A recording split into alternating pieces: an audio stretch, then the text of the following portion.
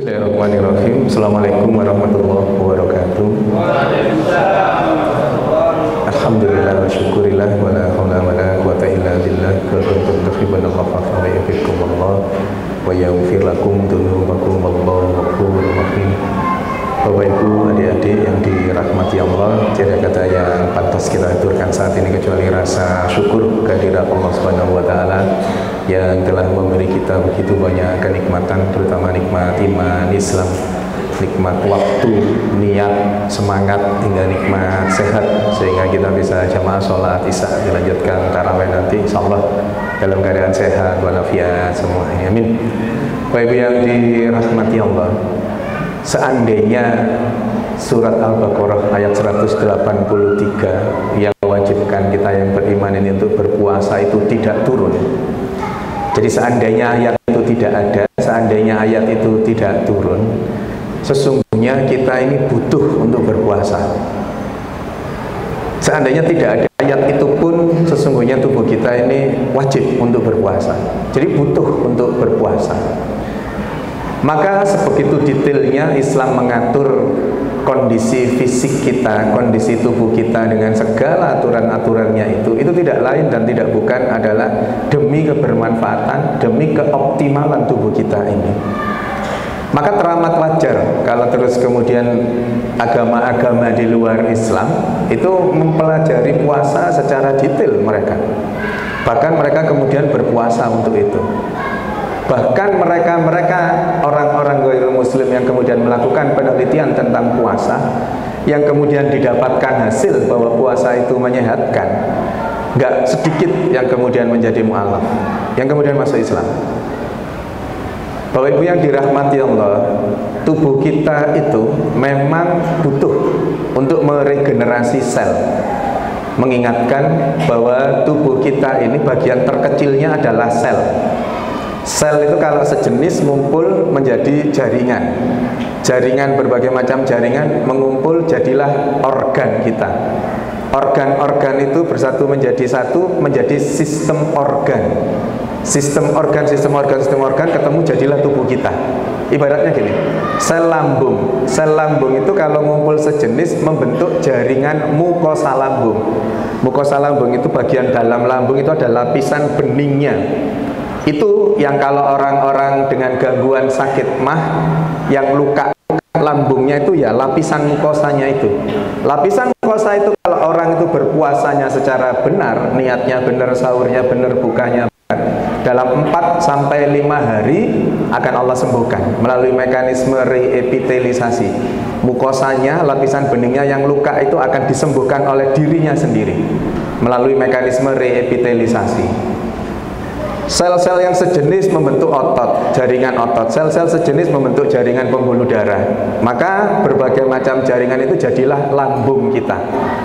Lambung kita ketemu dengan duodenum, ketemu dengan esophagus, usus halus, usus besar, rectum, anus. Jadilah sistem organ pencernaan. Sistem organ pencernaan ketemu dengan pernafasan, ketemu dengan perdarahan, ketemu dengan perpipisan, ketemu dengan persarafan, jadilah tubuh kita. Apa yang ingin kami sampaikan? Tubuh kita ini bagian terkecilnya adalah sel. Seseorang kalau sakit apapun itu, yang sakit adalah selnya. Kenapa selnya ini sakit? Selnya ini sakit karena tidak pernah diberi waktu untuk beristirahat. Maka terus kemudian sel-sel yang ada di dalam tubuh kita itu, miliaran jumlah sel yang ada di dalam tubuh kita, itu mereka butuh istirahat.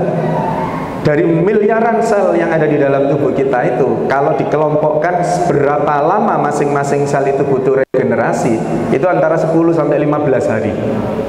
Jadi masing-masing sel di dalam tubuh kita itu butuh 10 sampai 15 hari untuk regenerasi sel. Sementara di 11 bulan kemarin betul-betul mereka menjalankan regenerasi itu dengan baik. Kalau berkegiatan selama 12 hari, stop, istirahat total untuk kemudian sel itu meregenerasi.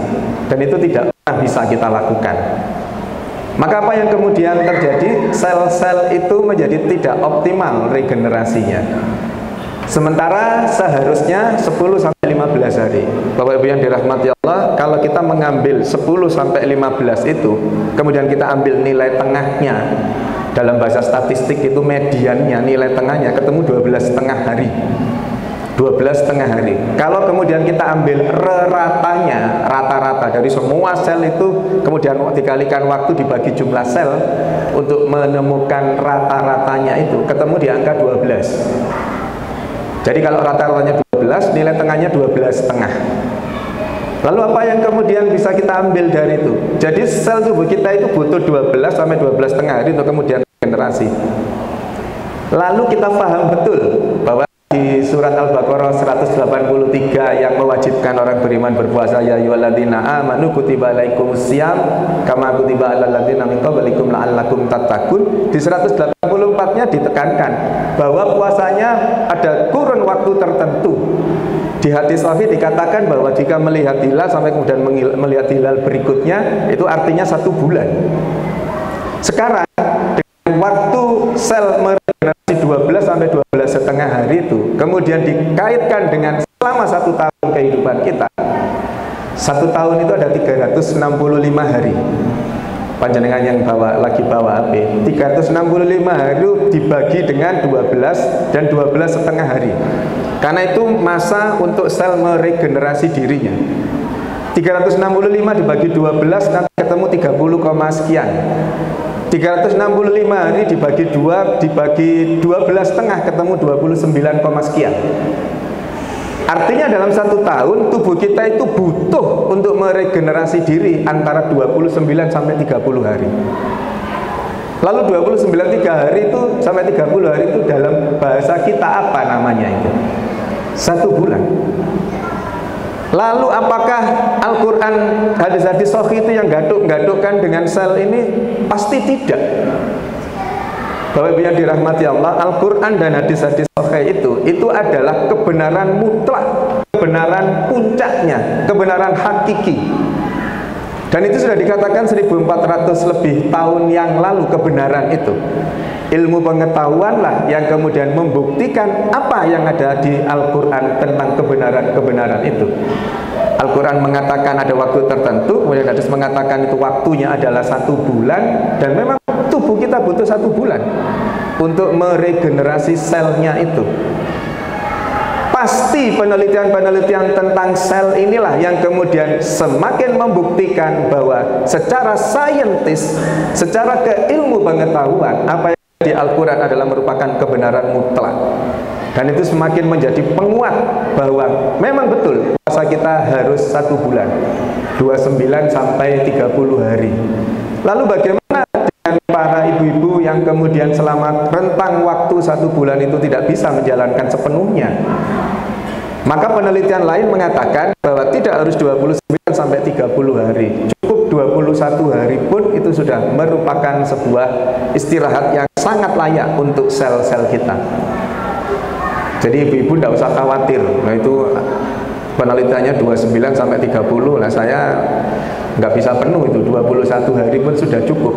Mau kalau dikorelasikan lagi dengan 21 hari itu dalam teori psikologi, ilmu psikologi itu 21 hari itu kalau sesuatu dilakukan rutin selama 21 hari, maka itu menjadi habit, menjadi kebiasaan.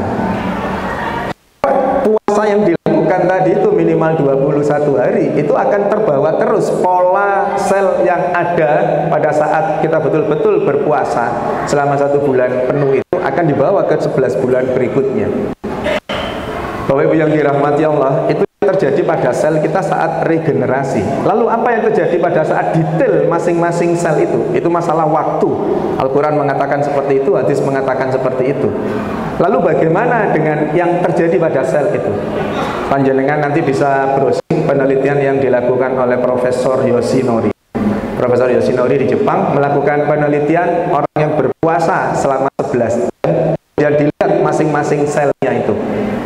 Jadi beliau menerima Nobel kedokteran di tahun 2016. Nobel kedokteran itu Nobel tertinggi untuk mereka yang bergerak di ilmu masing-masing. Kedokteran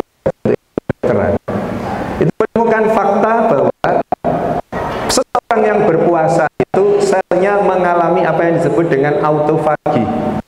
Ada 2 hal kalau panjenengan nanti browsing, autofagi dan autolisis. Saya ingin menjelaskan ini sekilas saja, tapi insya Allah itu bisa masuk dalam benak kita semua apa yang terjadi. tubuh kita tidak menjalankan apa yang istirahat untuk regenerasi tadi itu, yang jadi adalah tubuh kita yang ibaratnya ruangan ini adalah tubuh kita yang kemudian salah satu organnya isinya 100 sel ibaratnya, berisi 100 sel. Selama 11 bulan kemarin kemudian tidak mendapatkan waktu yang cukup untuk beristirahat, untuk melakukan regenerasi. Pada saat di penelitian itu dilakukan istirahat selama 11 jam, apa yang terjadi? Terjadilah proses autofagi itu. Autofagi itu dalam bahasa medis. Auto itu otomatis, fagi itu makan. Jadi otomatis makan. Apa yang terjadi? Pada saat sel-sel tubuh kita itu membutuhkan makanan dan kita sebagai pemilik selnya tidak sedang berpuasa, maka selalu mendapatkan asupan makanan. Padahal dalam rangkaian kegiatan sel itu selalu ada yang rusak. Pada saat ada sel yang rusak itu, harusnya sel yang rusak ini dibuat, ibaratnya tadi ruangan ini berisi 100 sel, melakukan aktivitas yang rusak.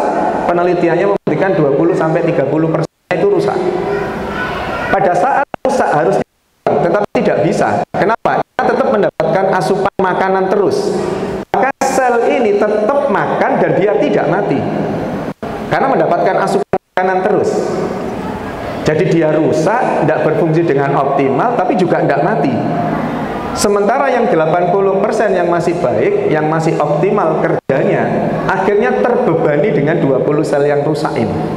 Itu saat tidak berpuasa. Begitu berpuasa, kemudian tidak makan, tidak minum dalam kurun waktu 11. Penelitian tentang puasa itu selalu antara 10 sampai 14 jam puasanya. Nah, kemudian 11 jam tidak mendapatkan asupan makanan. Apa yang terjadi dengan sel ini? Sel yang 80% tadi melakukan kanibalisme, melakukan autofagi. Siapa yang dimakan? Yang dimakan adalah sel yang rusak ini tadi. 20% sel yang rusak ibaratnya 100, jadi 20 sel tadi dimakan oleh 80 sel ini. Jadi kemudian yang 20 ini, yang autolisis tadi, autofagi dimakan, yang autolisis itu mencair secara otomatis, rusak, nggak mendapatkan asupan makanan, dia mati dalam bentuk mencair. Mencair dimakan oleh yang 80% yang masih optimal tadi itu. Karena tidak mendapat asupan makanan dari luar, maka dia memakan sel-sel sebelahnya pada kondisi yang rusak itu tadi.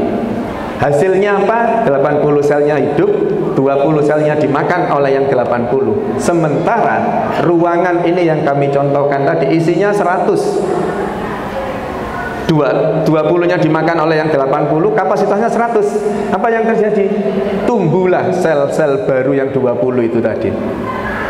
Maka kemudian tumbuh sel baru 20. Di penelitiannya Profesor Yoshinori itu termasuk untuk kanker pun bisa dijalankan itu.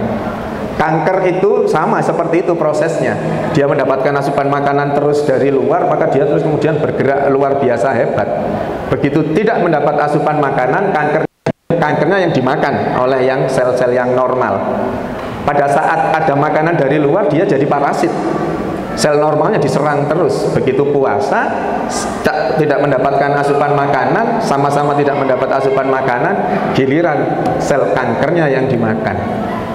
Maka proses autofagi yang nanti bisa panjenengan browsing dan biasanya itu sudah di-broadcast kemana-mana itu karena memang itu penelitian yang real terjadi dan penelitiannya mendapatkan hadiah Nobel. Maka Bapak Ibu yang dirahmati Allah, wajar kalau penelitian apapun tentang puasa itu kesimpulannya selalu bahwa puasa itu menyehatkan jasmani maupun ruhani. Pada konteks apapun tentang puasa, saya sebagai seorang dokter, sebagai bagian dari peneliti, tidak pernah menemukan ada jurnal atau penelitian yang menyatakan bahwa puasa itu membuat tubuh kita tidak sehat. Tidak pernah.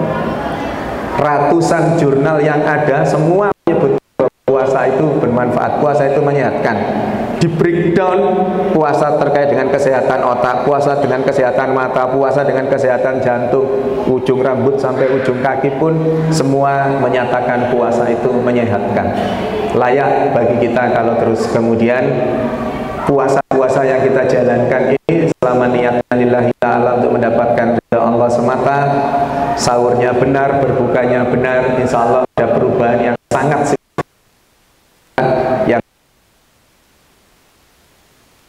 yang sakit akan Allah sembuhkan perlahan-lahan, bisa jadi dengan segala hal yang terjadi di bulan Ramadan ini. Saya kira itu yang bisa saya sampaikan. Semoga sisa puasa kita betul-betul bisa kita optimalkan dan kita Allah izinkan untuk bertemu dengan malam Lailatul Qadar. Amin. Nasrul minallah wa barik wa mu'minin. Wassalamualaikum